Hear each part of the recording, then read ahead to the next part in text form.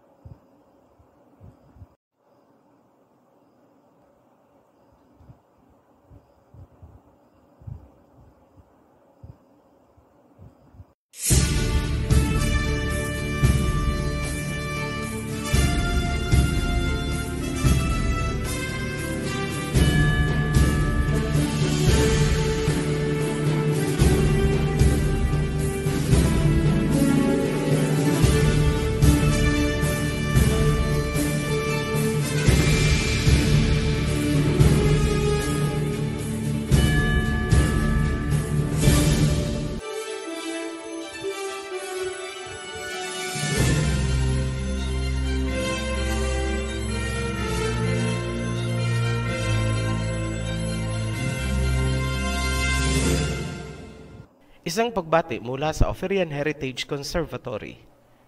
Magpasalamat tayo una sa dapat pasalamatan. Oferians, alam nyo na kung sino ang tinutukoy natin dyan. At syempre pa sa ating mga supporters. Umiinit ang takbo ng Perdition series. Sumigaw si Pablo, "As touching the law, I am a Pharisee."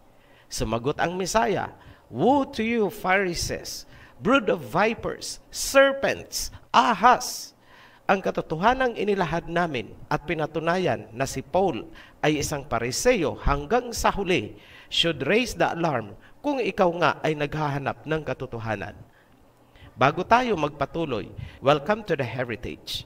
Ipinapayo namin sa mga baguhan na panoorin nyo muna ang guide to new subscribers or new viewers para alam nyo ang tamang sunod-sunod ng mga series. Huwag pong patalon-talon para hindi kayo maguluhan. Ibinigay namin ang link sa description sa ibaba lamang nitong video. Ito ang part 3 ng Son of Perdition. Siguraduhin lamang na napanood ang part 1 and 2 para hindi maguluhan.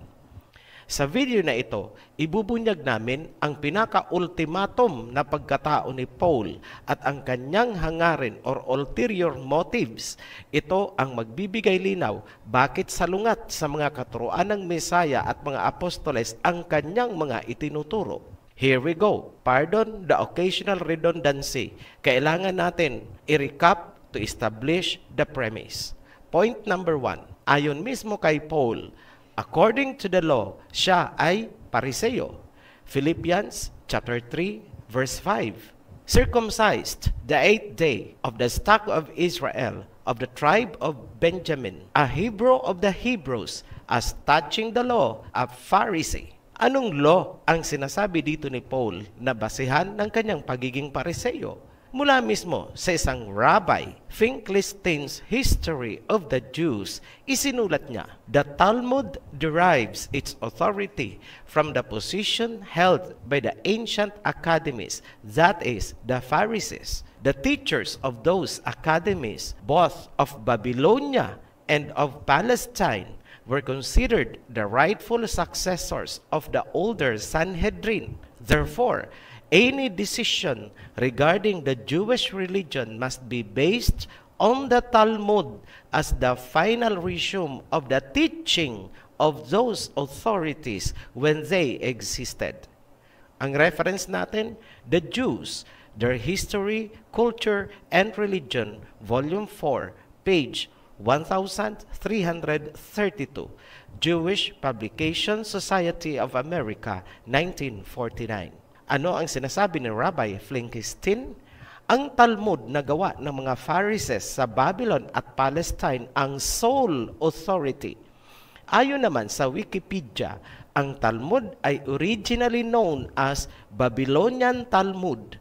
Maliwanag na nakaukit sa consciousness ni Paul ang Babylonian Talmud. Yan ang backbone ng kanyang kaalaman bilang Pariseo. Malinaw na ang pagiging Pharisee ni Paul ay established ng Babylonian Talmud. Yan ang sinasabi namin na hindi nyo mauunawaan ang kabuuan ng Biblia kung lalaktawan nyo ang Creation Series at Babylon Series. Wala kayong alam na ang Genesis chapter 3 verse 15 ang ugat bakit tinawag ng Messiah na brood of vipers at serpents ang mga Pariseo. Babylon ang naging pugad ng mga serpents pagkatapos ng baha. Ang Western civilizations ay nagmula sa Babylon. Mula doon, kumalat sila papuntang Greece and Rome down to the rest of Europe, America, and Australia. Western countries po ang pinagmulan ng Pauline doctrines na nakarating sa Pilipinas. Pero ano ang point of origin? Babylon. Alam mo ba yan, Pauline? Aral ka muna bago mo kami paandaran niyang mga rebuke ninyo. Dumako tayo sa point number 2. Ano ang totoong bloodline at citizenship ni Paul ayon sa Biblia? Sagot, si Paul ay Romanong Herodian. Proof number 1. May isang pagkakataon na binati ni Paul ang isang kamag-anak. Romans chapter 16 verse 11. Salute Herodion, my kinsman. Greet them that be of the household of Narcissus, which are in the Lord. Binabati ni Paul si Herodion, ang kanyang kinsman or blood relative, kamag-anak. Sino si Herodion? Si Herodion ay isang Romano. Sa makatuwid, si Paul bilang kadugo ng Romano ay isang Romanong Herodian. Note, sa ibang versions, pinalitan nila ang salitang kinsman ng salitang Jew. Ganyan nila inililihis ang katotohanan. Proof number 2. Ginamit ni Paul ang kanyang pagiging Roman citizen bilang depensa noong siya ay inaresto. Matatagpuan yan sa Acts chapter 22 verse 25 hanggang 26. As they stretched him out to flog him, Paul said to the centurion standing there, "Is it legal for you to flog a Roman citizen who hasn't even been found guilty?" When the centurion heard this, he went to the commander and reported it. "What are you going to do?" he asked. "This man is a Roman citizen." Ang sinasabi ng verse, noong si Paul ay hinuli, nagtanong si Paul kung naaayon ba sa batas na ikulong ang isang Roman citizen. Maraming pinatunayan ang verse na ito. Una, si Paul ay isang Romano by citizenship. Pangalawa, si Paul ay isang Herodian by blood lineage. Pangatlo, nagkontrahan ang mga kasinungalingan ni Paul. Hindi siya pwedeng mag-claim na isang Hudyo kung galing nga siya sa tribe ni Benjamin dahil ang Hudyo ay galing sa tribe of Judah. Pang-apat, ang mga Romano ay hindi Hudyo sapagkat sila ang mga kaaway ng mga tunay na Hudyo. Ang tribe ni Judah ay Israelite at hindi mga Romano. Lokohin ni Paul ang mga mangmang. Hindi siya uubra sa conservatory. We mean the word conservatory. Ano ang pinakamahalagang dapat nyong maunawaan? Eto. Anong klaseng tao ang mga Romanong Herodian na gaya ni Paul? Simple lang, balikan nyo ang mga Herodes mula sa senior na nagpapatay ng mga lalaking sanggol ng mga Israelites upang mapatay ang Misaya. Isunod nyo ang Herodes noong malaki na ang Misaya at pinatay. Yan ang kinsman ni Paul. Greetings, Herodion, my relative. Yan ang nilalaman ng Romans chapter 16 verse 11. Nagtataka pa ba kayo? Bakit gawain din ni Paul ang mag-persecute ng mga Israelites ni Jacob? Huwag niyong sinasabi na si Paul ay converted na dahil walang sinasabing ganyan sa Biblia. Ginamit lang siya ng Messiah kagaya noong ginamit ang Pharaoh. Oo, nabautismohan si Paul, pero kagaya rin ng karamihan dyan, baptize na daw, pero tuloy pa rin ang dating gawi. Ganyan si Paul. Huwag tayong maglukuhan. Holy Spirit din ang nagpapatigas ng puso ng Pharaoh noon para lalo siyang magdusa, sa gayon makilala ang pangalan ng Ama. Ganyan din si Paul, nasusulat, I will show him how much he must suffer for my name. Acts chapter 9 verse 16. Point number 3, ang panibagong anti-Messiah strategy ay pinangunahan ni Paul. Pansinin niyo ang persecution of the apostles sa Acts chapter 5. Ang mga apostoles ay hinuli at iniharap sa Sanhedrin, ang high court, para i-prosecute ng high priest. So it appears na ang high priest ang prosecutor. Sa verse 28, sinabi ng prosecution, binigyan namin kayo ng mahigpit na utos, huwag mag-preach sa pangalan na yan. Tinutukoy dito ang tunay na pangalan ng Messiah. Ngunit, pinuno nyo ng katuruan ang Jerusalem para kami ay maging guilty sa dugo ng taong yan. Ano ang dapat pansinin? Sinimula ng ibaon ng mga Pariseyo ang pangalan ng Messiah.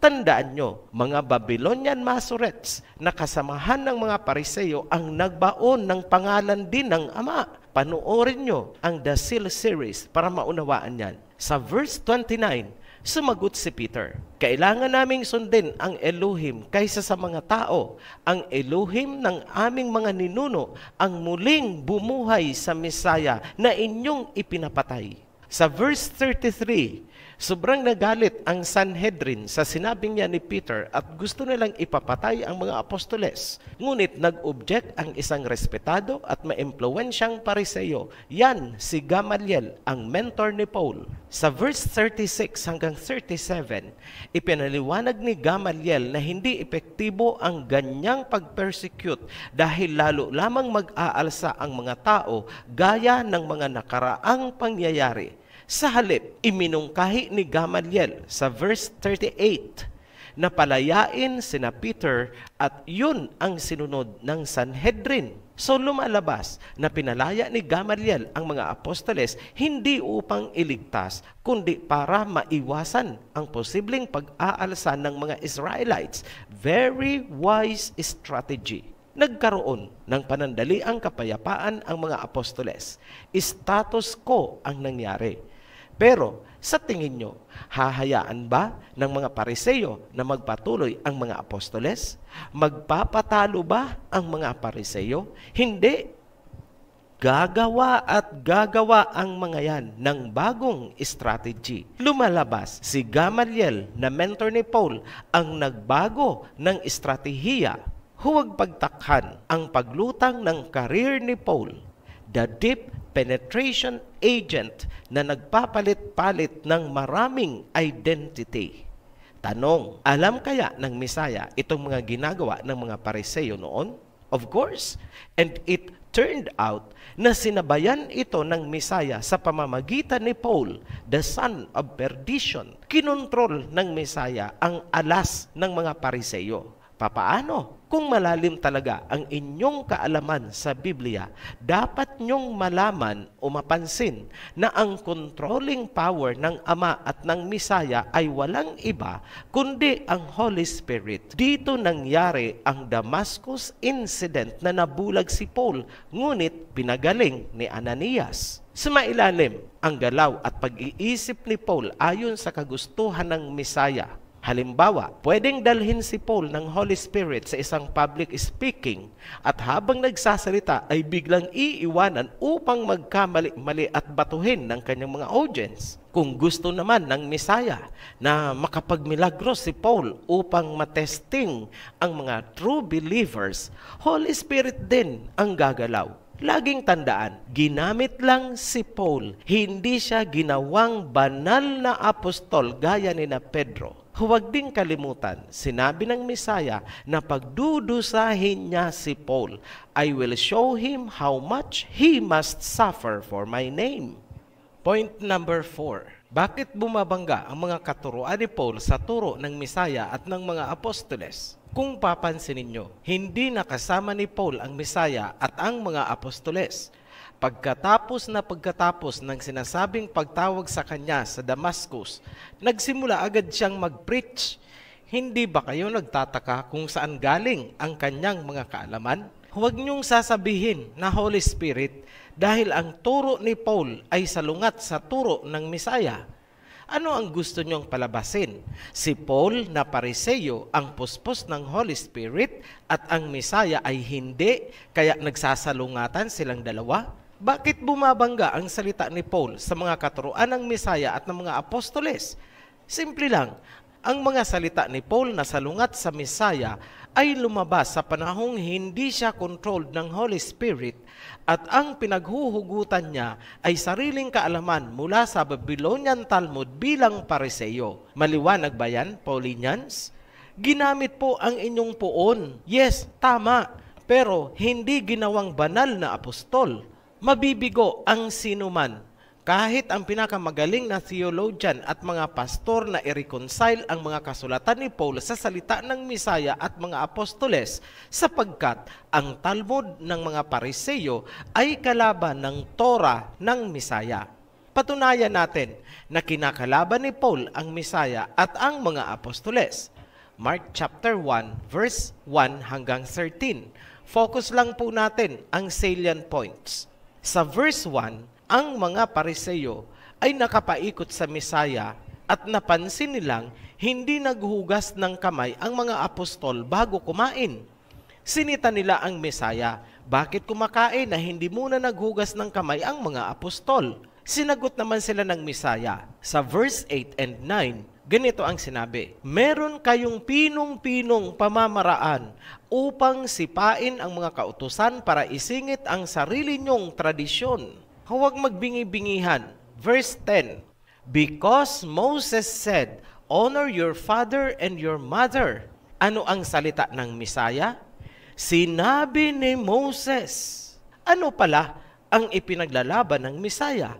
Common sense, law of Moses. Yan ang Torah. Yan ang sinisipa ni Paul at nakikisipa din kayo. Ano ang ginawa ni Paul? Demolish ang Torah. Itinaas ni Paul ang sarili para pawalan ng saysay ang mga kautusan ng Ama. Walang kasabit-sabit. Si Paul ang tinutukoy na son of perdition. Basahin natin ang kalapastanganan ni Paul, Romans chapter 7 verse 1 hanggang 7.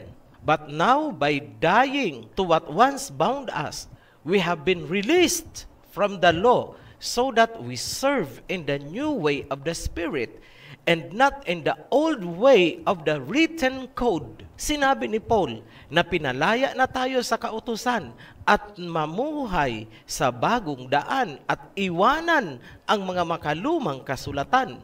Ito ang sinapawan ni Paul. Matthew chapter 5 verse 17 hanggang 20. Do not think that I have come to abolish the law or the prophets. I have not come to abolish them but to fulfill them. Sa Tagalog, huwag niyong iisipin na ako'y naparito para alisin ang mga kautusan kundi para tumupad dito. Sa verse 18, for truly I tell you, until heaven and earth disappear, not the smallest letter, not the least stroke of a pen, will by any means disappear from the law until everything is accomplished. Katotohanan, sinasabi ko sa inyo, hanggang mawala ang kalangitan at ang mundo, ni isang guhit sa kautusan ay hindi mawawala. Sino ka, Paul, para sagasaan ang salitang yan? Clearly, Paul is the son of perdition na iniaangat ang sarili higit sa Elohim. Walang kaduda-duda. Isa pang patunay, sinabi ni Paul sa Galatians chapter 5 verse 2, mark my words, I, Paul, tell you that if you let yourselves be circumcised, Messiah Yahawashai will be of no value to you at all. Tagalogin natin. Tandaan nyo ang aking mga salita. Ako ito, si Paul, nagsasabi na kapag nagpatuli kayo, walang saysay sa inyo ang Messiah. Ang galing ni Paul magpabulaklak ng salita. Kunwari, pinahahalagahan niya ang Messiah. Pero ang totoo, ang karugtong, tinuturuan niya ang mga tao na sumuway at talikuran ang Torah. Busisiin natin ang ibang sulat ni Paul para malaman kung inspired nga ba ng Holy Spirit.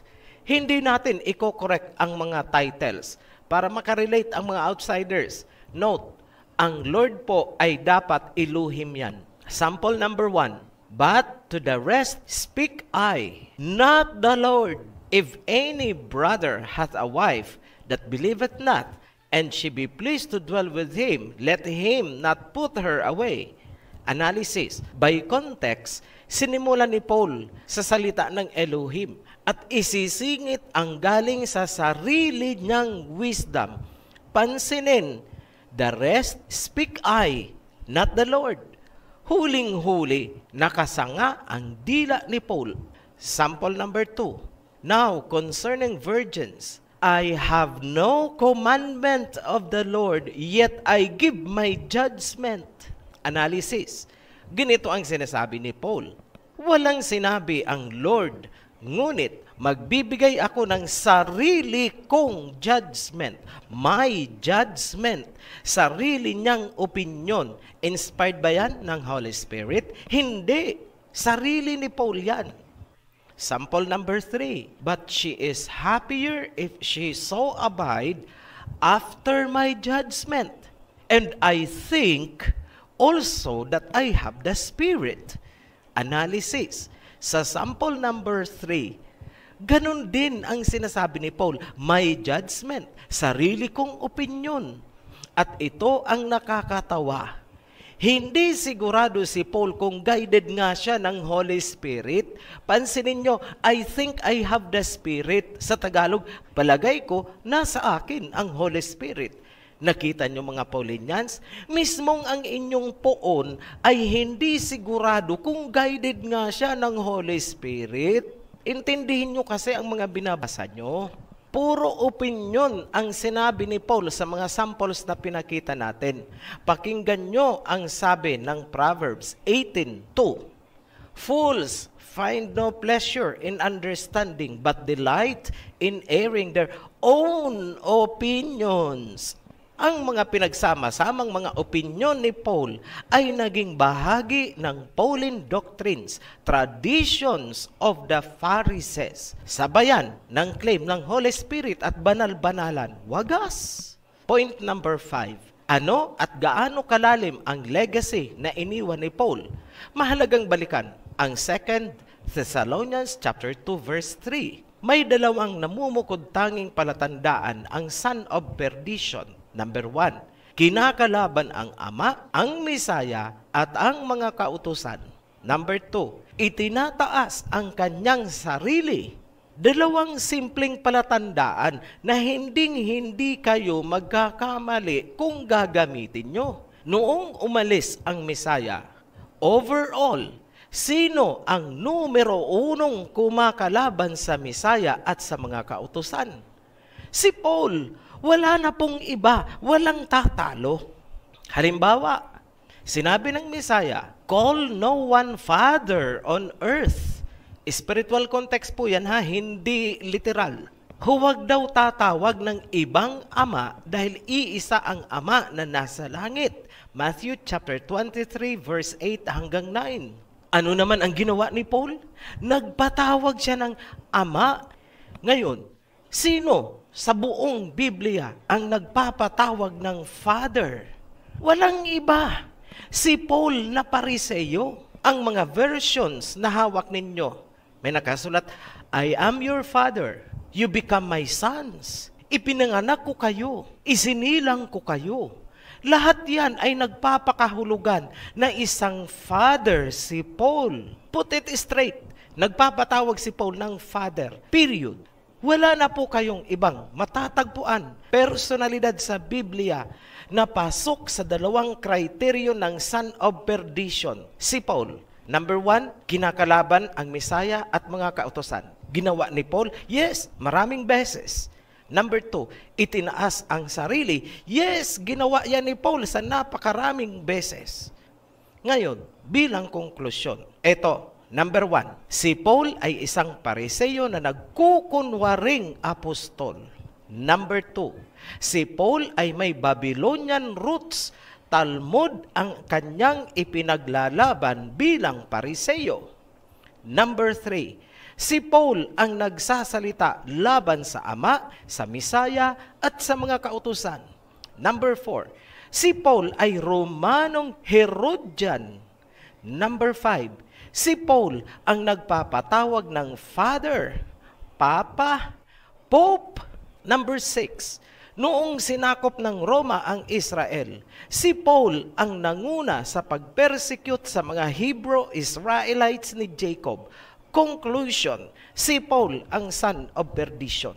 Looking forward, sino ang nagpatuloy ng anti-Messiah agenda ni Paul? Abangan yan sa susunod na video, Son of Perdition Part 4. Muli po kaming nagpapasalamat sa inyong patuloy na pagsubaybay at suporta sa Oferian Heritage Channel. Be blessed. Shalom. Share and like lang po kung kayo po ay nasiyahan sa inyong napanood at kung nasagot ang inyong mga katanungan. Maraming salamat po. Be blessed.